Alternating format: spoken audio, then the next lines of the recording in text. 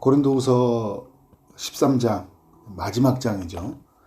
고린도 교회를 향한 편지 마지막 내용입니다. 사도 바울은 이렇게 시작을 하고 있어요. 편지의 내용에서 이제 세 번째 너희에게 가리니, 그동안 이제 두 번에 걸쳐서 고린도 교회에 방문했다는 것을 알 수 있죠. 또 그리고 이 고린도 후서가 네 번째 편지니까 사실 두 개의 편지는 드러나지 않았잖아요. 네 번의 편지가 주어지고 있고 또 두 번의 방문, 이제 곧 세 번째 방문이 있다라는 거예요. 고린도 교회를 향한 그 바울의 마음이 되게 애틋하고 또 고린도 교회를 어떻게 하든지 잘 세워보고자 하는 그런 마음들을 우리가 읽어볼 수가 있습니다. 두세 증인의 입으로 말마다 확정하리라. 내가 이미 말하였거니와 지금 떠나 있으나 두 번째 대면했을 때와 같이 전에 죄지은 자들과 그 남은 모든 사람에게 미리 말하노니 내가 다시 가면 용서하지 아니하리라. 왜 이런 표현을 하고 있는 걸까요? 두 번이나 방문을 했는데도 불구하고 여전히 교회 안에서 뭔가 문제를 일으키는 사람들이 있다라는 거예요. 교회를 어지럽히는 사람들이죠. 고린도라는 그 지역 그 자체 안에 많은 여러 세속의 문화들도 있었지만 하나의 교회는 세속화의 어떤 도전을 받아야 되기도 하고 또 그런 중에 이제 어떤 거짓 교훈들 있잖아요. 근데 거짓 교훈들이 난무하는 곳에서 그것도 방어를 해야 돼요.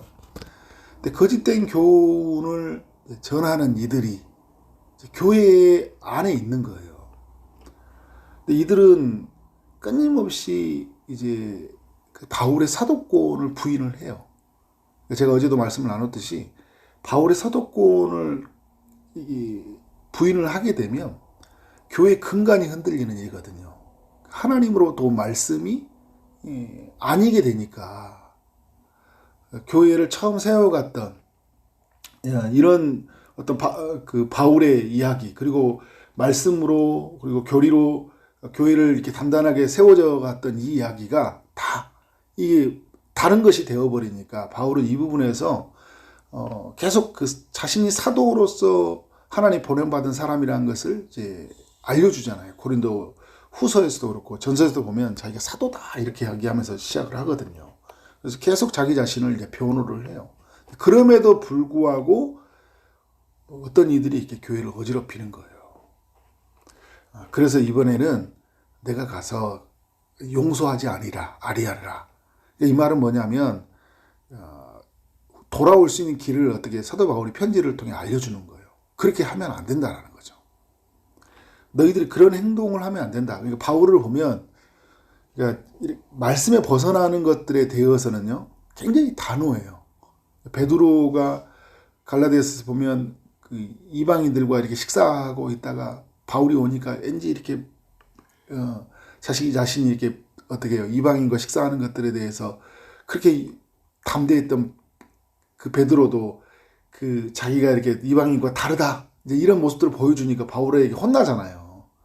바울은 어떤 면에서 굉장히 단호하고 그리고 복음에 벗어나 있을 때는 굉장히 이렇게 엄하게 말을 해요. 그럼 모든 게 그런 거냐? 또 어떤 면에서는 어떻게 해요? 어떤 면에서 매우 유순해요. 매우 약한 모습을 보여줘요. 연약한 자들에 대해서는 또 믿음이 약한 자들에 대해서는 그들을 배려할 줄 알죠. 그러면서 사도 바울이 그 예수님과 자기 자신의 관계에 대해서 이야기해요.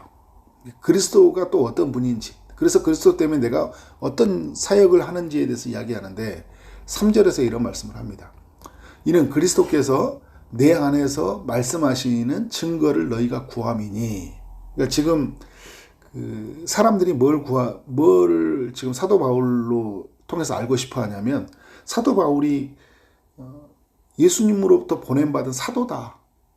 그러면 사도 바울 안에서 말씀하시는 이가 그리스도다라는 거거든요. 그러면 사람들이 이런 이야기 하는 거예요. 증거를 대보라는 거예요. 네가 말하는 이야기 하나님께로부터 받아서 우리에게 전달한다고 하는데 그게 증거를 대보라는 거예요. 사도 바울에게 이제 그런 도전이 있죠. 그런데 중요한 건 뭐냐면 사도 바울을 통해서 주님이 어떻게 하고 있어요? 말씀하고 있다라는 거예요. 그 말씀하신 주님을 계속 드러내고 있다라는 거죠. 그래서 사도 바울이 뭐라고 하냐면 그는 너희에 대하여 약하지 않고 도리어 너희 안에서 강하시니라. 그러면 주님이 누구냐면 내 안에 계신 주님이 계속 말씀을 하시는데 너희에 대하여는 약하지 않고 도리어 너희 안에서 강하시니라 이야기하고 있어요. 그러니까 주님은 어떤 분이에요? 사도 바울은 약하지만 사도 바울을 통해서 말씀하시는 주님은 너희 안에서 어떻게 한다는 거예요?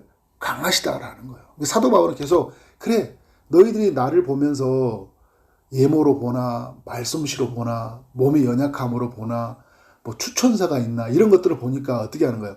이게 사도가 아닌 것 같은 거예요. 겉으로 보면.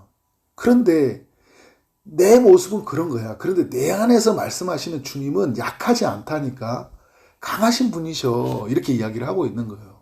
사도 바울은 철저히 누구를 드러내고 있어요? 주님을 드러내고 있어요. 제가 이렇게 처음 신앙생활을 할 때부터 지금까지 이렇게 자주 하는 기도가 있어요. 주님이 이제 말씀을 통해서 또 우리 좋은 멘토들을 통해서 깨닫게 한 거잖아요. 그건 뭐냐면 우리 모두가 함께 고백하는 거예요. 나는 약하지만 주님은 강하시다라는 거예요.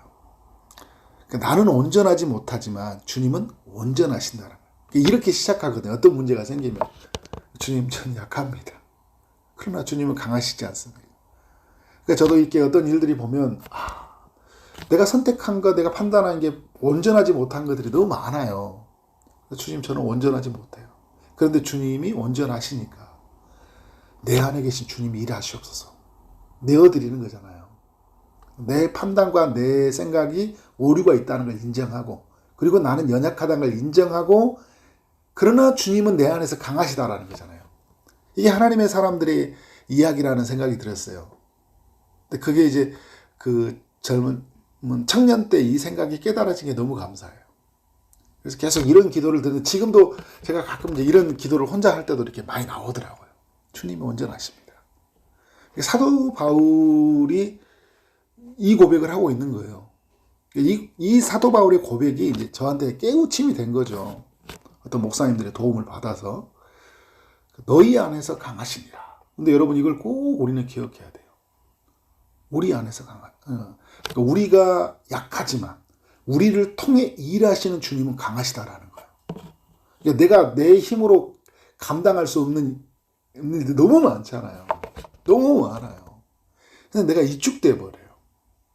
그러니까 사도 바울도 이렇게 사람들이 말할 때 약속도 안 지키고 그리고 그때는 이제 사람들한테 객관적인 검증할 수 있는 네가 사도로서 말한다면 뭔가 있어야 되잖아요. 사도로 말한다면 예수님과 함께하는 그 12제자들에게 그들이 사도가 다 부름받았잖아요.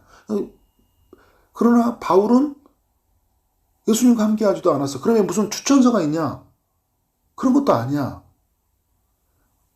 그러면 네가 예루살렘 교회의 성도냐? 예를 들어서 처음에 교회가 태동한 교회가 예루살렘 교회잖아요. 예루살렘 교회에서 예를 들어서 베드로와 함께 있던 사역했던 사람이냐? 교회를 처음에 세웠던 그런 사람이냐? 그 사람도 아니에요.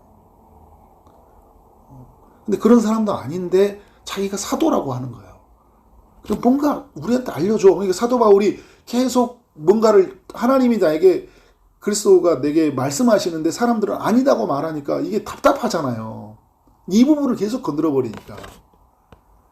그런데 바울은 그때 자기를 너무 증명하려고 하지 않고 어떻게 하는 거예요? 그리스도에게 집중한 거예요. 그래, 우리도 그렇잖아요, 여러분. 너 어디 출신이야? 네가 얼마나 성경을 알아? 그죠? 네가 얼마나 교회를 다녔어? 그죠? 얼마나 봉사했어? 이런 논리로 가면 그래, 나 교회 다닌 지 얼마 안 됐어. 나 훈련 받은 거 그렇게 너에 비하면 약해. 그런데 네 안에 주님이 계셔. 주님이 나로 하여금 말씀하시고 네 안에 계신 주님은 강하셔. 이렇게 가야 되거든요. 그러면 사람들 속에서 나와 비교하지 않잖아요. 그래서 내가 평가절하되지 않고, 그죠? 내 안에 계신 주님으로 일하니까, 말씀해 주신 거 말하니까 난 자유하고, 내가 할 수 없는데 내 안에서 계신 주님이 하시니까 내가 괜찮은 거예요. 사도 바울은 이 마음으로 서고 있는 거죠. 그러면서 예수 그리스도에 대해서 이런 이야기를 하고 있어요. 이제 4절. 그러면 그리스도는 뭐냐? 그리스도께서 이런 이야기 하시죠. 약하심으로 십자가에 못 박히셨으나, 약하심으로 십자가에 못 박혔다라는 게 뭘까요? 주님이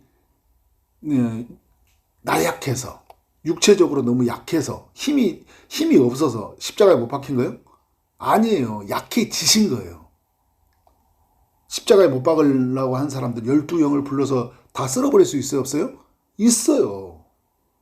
십자가에 못 박히지 못하도록 하나님이신 예수님이 막으실 수 있다니까. 그분은 하나님이시니까. 그런데 어떻게 해요? 이게 하나님의 뜻이니까. 인류를 구원하기 위해서는 십자가를 져야 되잖아요. 누군가는 죽어야 되잖아요. 죄 없는 의인이신 예수 그리스도가 죽어야지만이 하나님의 의를 이룰 수 있으니까 그가 약해진 거예요. 하나님이신 그분이 약해지신 거예요. 약해지심으로 말미암아 어떻게 한다는 거예요? 십자가에 못 박혔다는 거예요. 이런 예수님에게 어떤 일이 일어납니까? 오늘 말씀을 보니까 4절에 하나님의 능력으로 어떻게 해요? 살아계시니. 어떻게 해요? 죽으셨는데 다시 살아나셨어요. 무엇으로요? 하나님의 능력으로 살아났다라는 거예요. 하나님의 능력으로 다시 부활하셨다. 이렇게 이야기하고 있어요. 그래서 여러분, 사도 바울이 예수님을 통해 주신 이 메시지는 어떤 모습이에요? 예수님은 약한 모습으로 십자가에 달리셨지만 하나님의 능력으로 다시 살아나는 것처럼 바울도, 우리도 어떻게 하는 거예요? 약한 자 같으나 어떻게 한다는 거예요? 하나님의 능력으로 우리는 살아간다라는 거예요. 우리는 약한 자 같으나 그리스도가 그렇게 그러하셨던 것처럼 우리도 약해 보이지만 내 안에 계신 하나님의 능력으로 나는 어떤 게 된다는 거예요? 강하다라는 거예요. 그래서 여러분, 약함이 곧 강함이다라는 이 진리를 이야기해주고 있어요. 그래서 고린도후서에서 보면 11장에서부터 16절 이하부터죠. 13장에 이르기까지 오늘 이제 9절까지도 이야기하고 있잖아요. 계속 뭐냐면 바울이 증거하는 거. 사도권에 대해서 변호를 할 때 다른 이야기로 자기를 증명해 가는 것이 아니라 약함이 곧 강함이다라는 그 역설의 이야기를 꺼내고 있어요. 여러분, 우리한테 뭘 보여주세요, 뭘 드러내주세요 그러면 우리 너무 스트레스 받잖아요. 우리 뭔가 항상 보여줘야 될 것 같은 거예요. 그냥 전 이런 사람입니다. 전 약해요. 전 못해요. 보시다시피 전 그럴 만한 인물이 안 돼요. 근데 내 안에 계신 주님이 어떻게 해요? 그분은 내 안에서 강하세요. 그분이 내 안에서 살아 계시다고요. 나는 그분과 함께 죽었고요. 나는 그분과 함께 살아있고요. 내 안에 계신 주님이 나를 통해서 일하신다고 합니다. 내 안에 계신 주님이 당신에게 말하고 있어요. 당신에게 통해 당신의 삶 속에서 어떻게 해요? 하나님이 일하신다고 하니까. 그러니까 어떻게 하는 거예요? 내 말 듣지 말고 내 안에 계신 주님의 음성을 듣고 어떻게 삶을 돌이키고 회개할 사람들에게는 돌이키라 말하고 믿음이 약한 자들에게는 일어서라 이야기하는 거예요. 내 안에 계신 주님을 의지하고. 근데 우리는 항상 내가 얼마만큼 그 어떤 수준에 이르는가. 내가 집에서 전도를 하려고 하는데 난 너무 연약해. 이 사람하고 이야기하면 뭔가 논리가 안 될 것 같아. 항상 내 크기로, 내 수준으로 생각하잖아요. 그러니까 무슨 말도 못해요.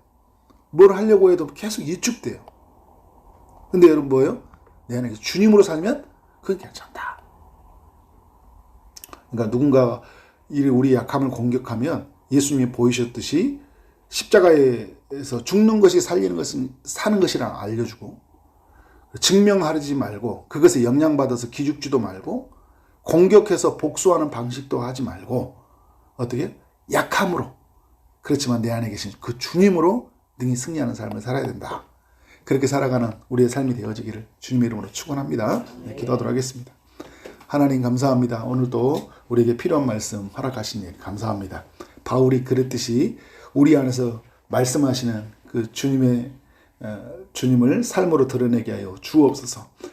또 예수님이 그랬듯이 약함이 곧 강함임을 기억하며 살아가는 삶이 되게 하여 주옵소서. 오늘 하루에 만나는 삶, 또 앞으로 만나는 모든 사람들에게 주님을 알리는 삶이 되어지기를 소망하고 예수 그리스도 이름으로 기도를 쌓옵나이다. 아멘.